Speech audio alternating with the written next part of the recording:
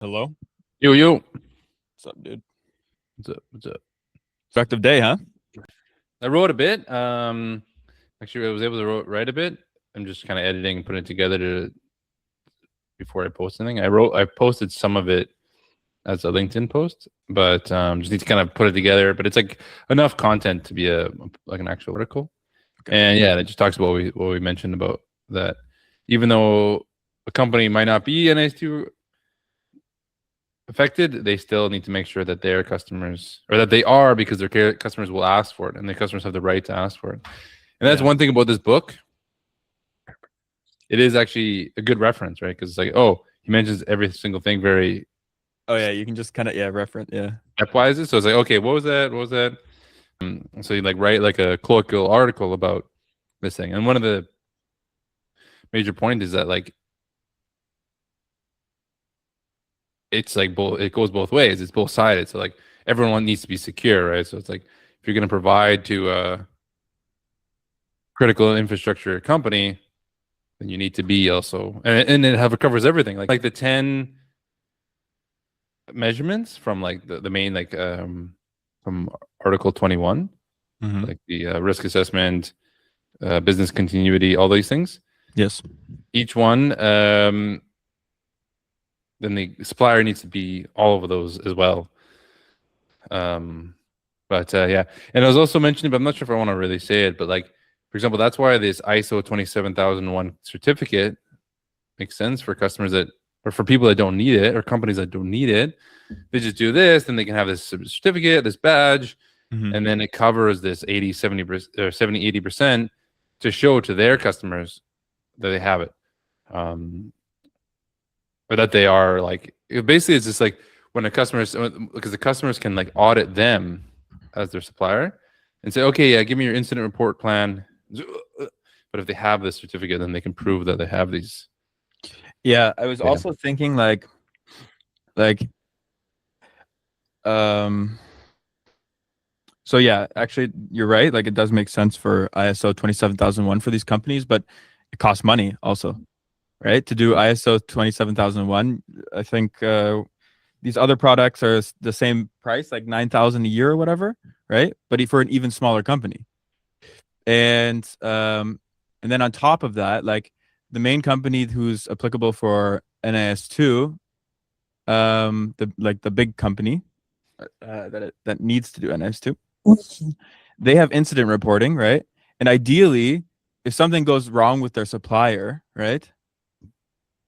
Ideally, the supplier could just directly report the incident directly on the platform, right? Right. And like even better would be like the supplier itself, because basically what suppliers like, I don't know like how much you know, but a supplier is like one step higher than an asset. So you have like normally for the big company, the main company, they have an asset, and then they have for each asset like risk management on top of it, right? And the supplier is like one level even higher than this, which somehow this company needs to know. Like a supplier could be like a company that supplies the entire web infrastructure, for instance, and the main company still needs to know like where their stuff is hosted, and or what kind of cryptography they're using, and etc. So I think this data still needs to be inputted, but when it's the responsibility of the main company, it kind of sucks, right? Like, and I think, where was I going with this? Don't make it short out of this. Yeah, no, but if you understand what I'm saying, like a supplier could have assets, right? So why can't you just get the supplier themselves to implement the assets for the main company, right? Because it's different assets though. So if it's shared assets, so yeah, like if the supplier is supplying or a provider for say cloud infrastructure, and then something has a vulnerability or an attack, then they can report it. They don't need to report it technically because they're not in NIS2, but they can report it for their customer. Okay, but That's only if it's like related. So like, and how I was reading is like, if they had a significant incident, yeah, they don't have to report it to the BSI or no, they just whatever report it to the customer. to the customer. To the But customer. here's the thing, right? Here, I want to give you like a specific example. Um, what company did I work for? So I worked. What's a good example? Let's just talk about like a big company, right? And then we are an agency, right? That and we do like, I don't know, a simple website. Like for instance, there's like Red Bull. Red Bull is someone who needs to do NIS2. Mhm. And we're just like some really silly marketing agency, right? But we're technically a supplier of some kind of services for Red Bull. And what needs to happen is we need to define what, like, Red Bull defines us as their supplier, right? And Red Bull would also have to define like what services we use, right? And if we have like cloud infrastructure, what kind of cryptography you use to log in on the site, whatever. And what I'm thinking is like, okay, well, why don't you just get your supplier to define all that stuff, right? Um, and then every time there's an incident with it, the supplier can just directly incident report it on the platform, which automatically notifies the customer. You know what I mean? Right. Yeah. It's like, I mean, I could also understand how companies like want to use this like But for that example, they would only be covered, or they would only be responsible for the area that they are in on, like in the website. But for example, the Red Bull would have other suppliers or other yeah, providers. So it's like this certain provider could like report or do things that are responsible for what in the area they're in, like web, but yeah, not for say whatever data centers or yeah, database. exactly. Like, but basically you would, uh, yeah. But yeah, they could I mean, share it, right? at the end of the day, it's still like Red Bull. Like in this circumstance, it's still Red Bull's responsibility to make sure that the supplier is up to date with everything and like making sure that all the stuff is up to date. But like I think in the end of the day, mm, it seems like a better way to do it. But I don't know. I have to check also like because also the way that our app works, all you have to do is define your suppliers, and then it's kind of just like a mystery of what's behind the supplier. It's almost like you can offload the response, like the NIS2 compliance responsibility. You're like, oh yeah, it was just our supplier. I don't know what our supplier does. You know what I mean? It seems like people can do this, but I have to ask, to be honest. But yeah, no, that's not I don't think that works like that, that's right? not true. No, no. That's the point. Is that like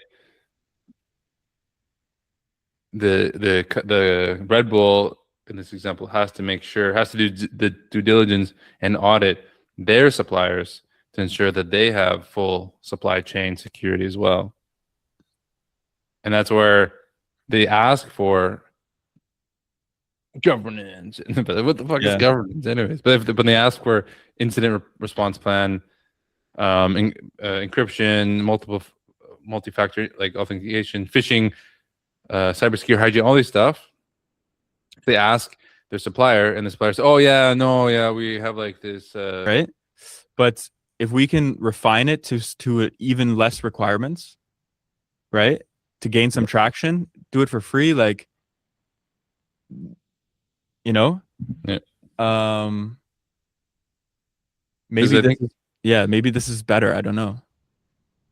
I think it's certainly a good way to start, because I think anyone that needs to do NIS2 has to do it themselves, and if they're willing to hire a consulting, they want to see history. They want to see that they've done 100, like at least ISO 27 stuff. So like just starting out, I think like even trying to get customers like I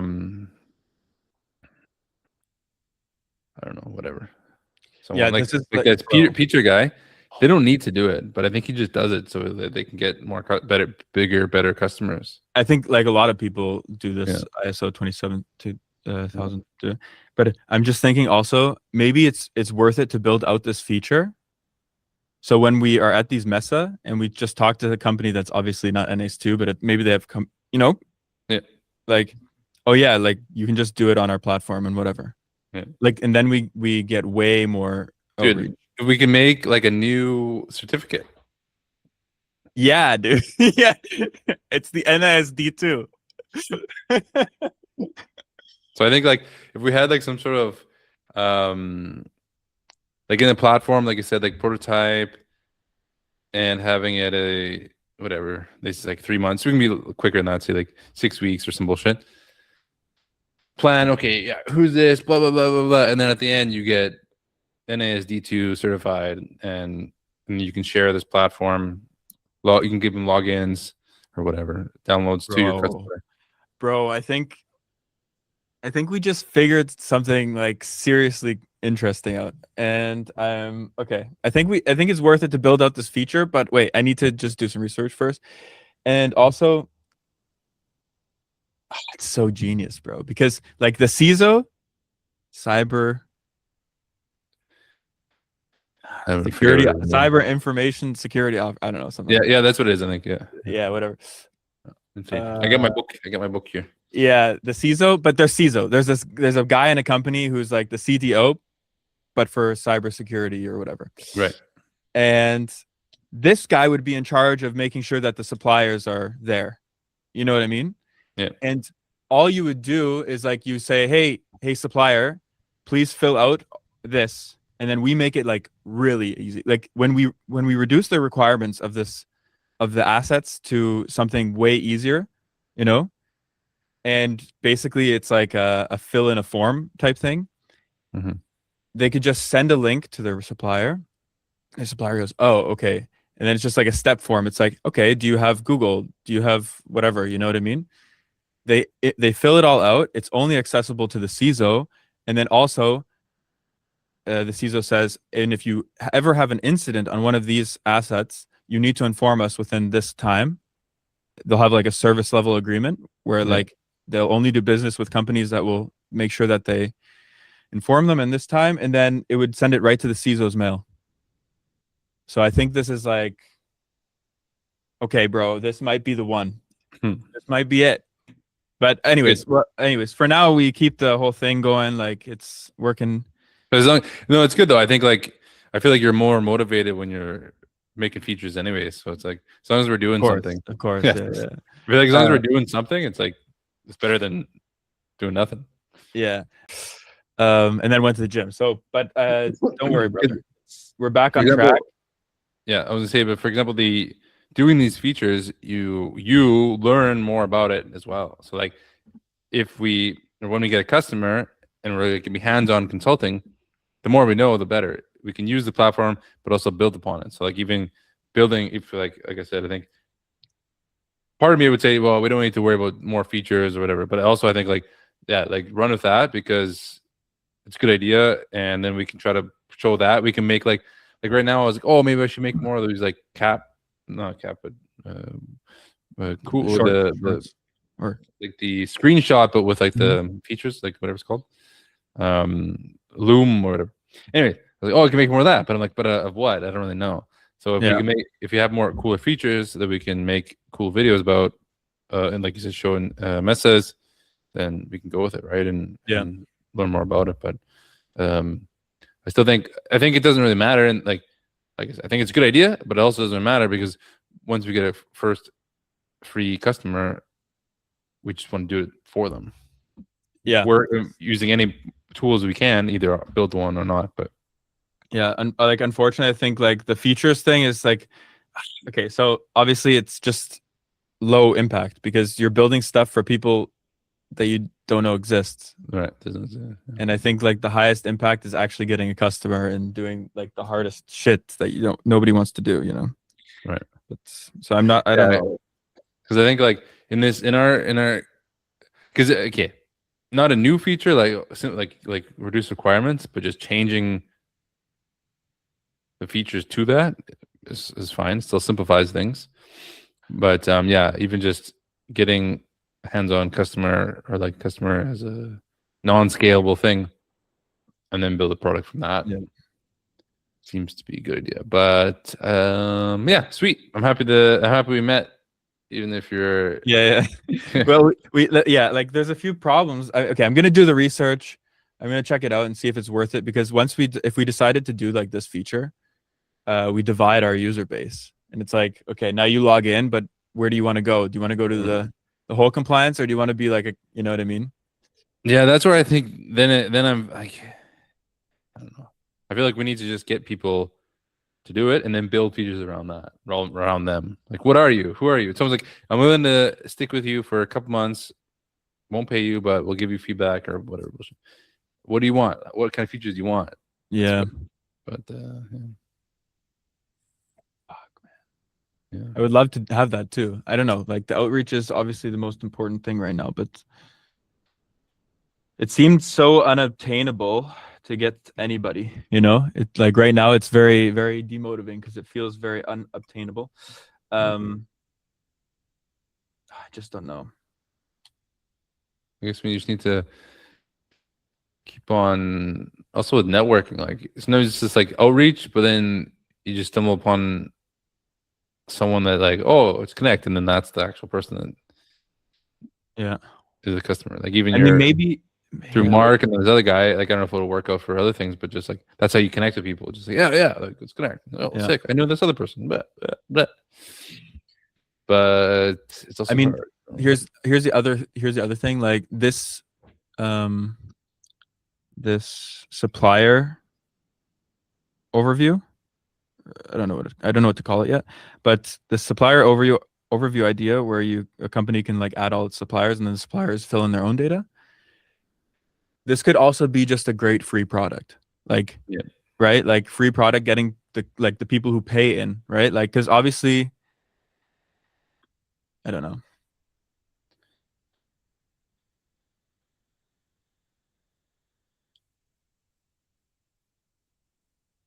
I don't think anybody offers this. Yeah. You know, the company. Anyways, okay. All right, cool, man. I don't know. Sounds good. Yeah. A nice shirt, nice t-shirt, by the way. Thanks, dude. I had like I made 3 steaks for lunch, nothing else. And I smell like oil, but yeah, it's good. It's sick. Okay. Sounds good.